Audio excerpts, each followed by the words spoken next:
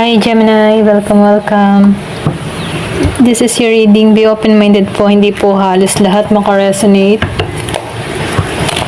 Thank you nga po pala sa mga nagsusubscribe, sa mga bumabalik. Marami pong salamat. Give me the message for Gemini. Ano yung mensahe sa'yo? Give me the message for Gemini. Ano yung mensahe sa'yo?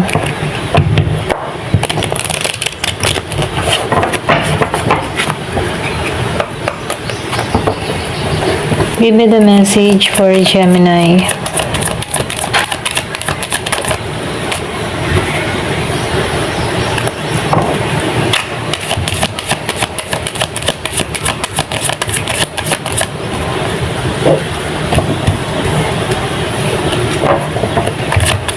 Nakikitaan ko dito yung iba sa inyo. Meron kang napagtagumpayan dito. Meron ako nakikita ditong bagong simula. Maraming pagbabago ang magaganap sa buhay mo. Meron kang nalampasan, meron kang inalisan, meron kang tinatanggalan, handa ka na sa pagbabago. So nakikitaan ko dito yung moving on, moving forward. Hindi ka na tumatalikod sa nakaraan. Handa ka na sa pagharap sa panibagong journey mo. So, nakikitaan ko dito yung travel dun sa iba. Meron kayo napagtagumpayan. Meron kang kadiling na nasa ibang bansa. Meron kayo napagtagumpayan. Kumbaga, yung distance hindi naging hadlang sa inyong dalawa. Meron ako nakikita ditong pagtatagpo. Meron ditong nalalapit na pagkikita. So, nakikitaan ko dito yung katatagan ng isang relasyon dun sa iba. Wow, lumabas ang dasan, ano? So, nakikitaan ko dito yung companion. Meron ditong pagkikitang muli. So, meron ditong pagsasama. Nakikitaan ko rin dito yung kahit ba mayroong mga pagsubok na kinakaharap sa inyo ng dalawang to. Okay? I mean, ano, kahit may mga pagsubok na kinakaharap kayong dalawa. Ayan. Nakikitaan ko dito na hindi patitinag yung pagiging yung positibo sa bawat isa. Andun yung pagtitiwala nyo sa bawat isa. Ito lang nakikita ko sa inyo. Okay? Hindi halos lahat makaka-resonate. So, nakikitaan ko dito na merong magiging masaya sa pagtatagpong ito. Merong magiging maligaya, masaya, at matagumpay. Okay? So, nafe-feel ko dito yung masayang connection. So, nakikitaan ko rin dito, yung iba naman sa inyo, tapos na yung hirap. Okay? Matatapos na yung hirap mo. And then, nakikitaan ko rin dito, yung iba naman sa inyo, meron kang experience o karanasan na hindi mo malimutan. May mga tao na nagbigay ng pasakit sa'yo na hindi mo makalimutan. So, nafe-feel ko dito, hirap ka magpatawad. Dun sa iba, hindi halos lahat. So, nakikitaan ko dito yung pagiging mong masigasig, pagiging mong confident, independent, andito yung authority mo. So, nakikita ko dito, yung mga naranasan mo sa nakaraan, ito din yung tumulong sa'yo kung bakit hinubog mo yung sarili mo sa malaking pagbabago. So, nafe-feel ko dito yung na nag-grow ka, lumalago ka, nagmamatured ka, alam mo yung gusto mo, alam mo yung kahihinatnan. So, meron kang mga vision. So, meron kang mga inaalam, tinutuklas na kung saan nagiging kang matagumpay dito. So, nafe-feel ko dito yung iba sa inyo matagumpay na tao, or pwede rin sabihin na meron kang negosyo, merong CEO, or pwede rin matagumpay ka lang tao. Ito na nafe-feel ko. So, nakikitaan ko dito yung pagiging mong matatag, masigasig. Ayan.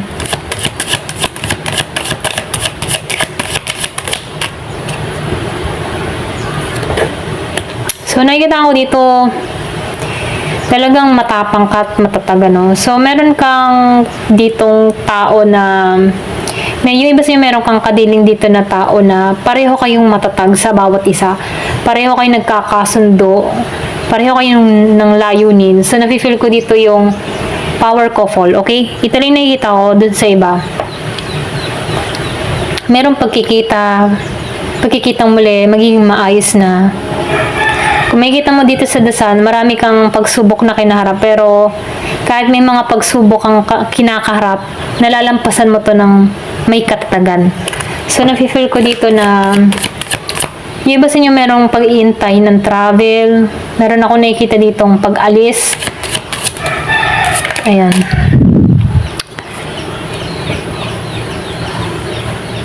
So, nakikita ko rin dito, no, merong movement, merong action kang gagawin. So, nakikita ko rin dito na yung iba sa inyo, marami kang gustong gawin. Curious ka sa mga bagay-bagay. Meron kang gustong makamit. Ito lang nafe-feel ko sa'yo, no?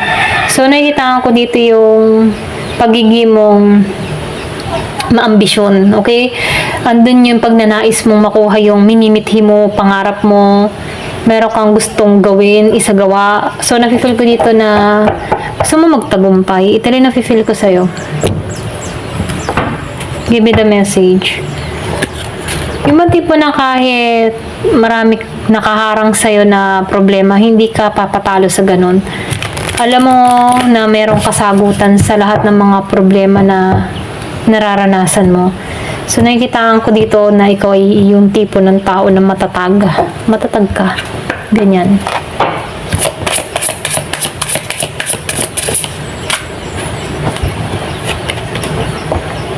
Meron akong nakikita ditong trabahong parating dun sa iba.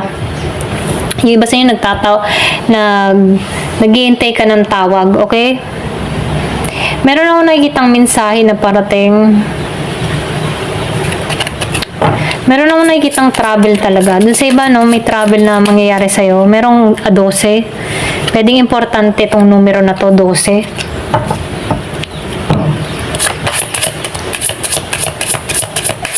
Kumbaga, andun yung pagka-nais mong makauwi. Ikaw yung nasa ibang bansa, no? Andun yung pagka-nais mong makauwi para sa pamilya. Meron ditong masayang pamilya na nag-iintay. So, nakikitaan ko dito yung katatagan, solid foundation ng bawat isa, may pagkakaisa.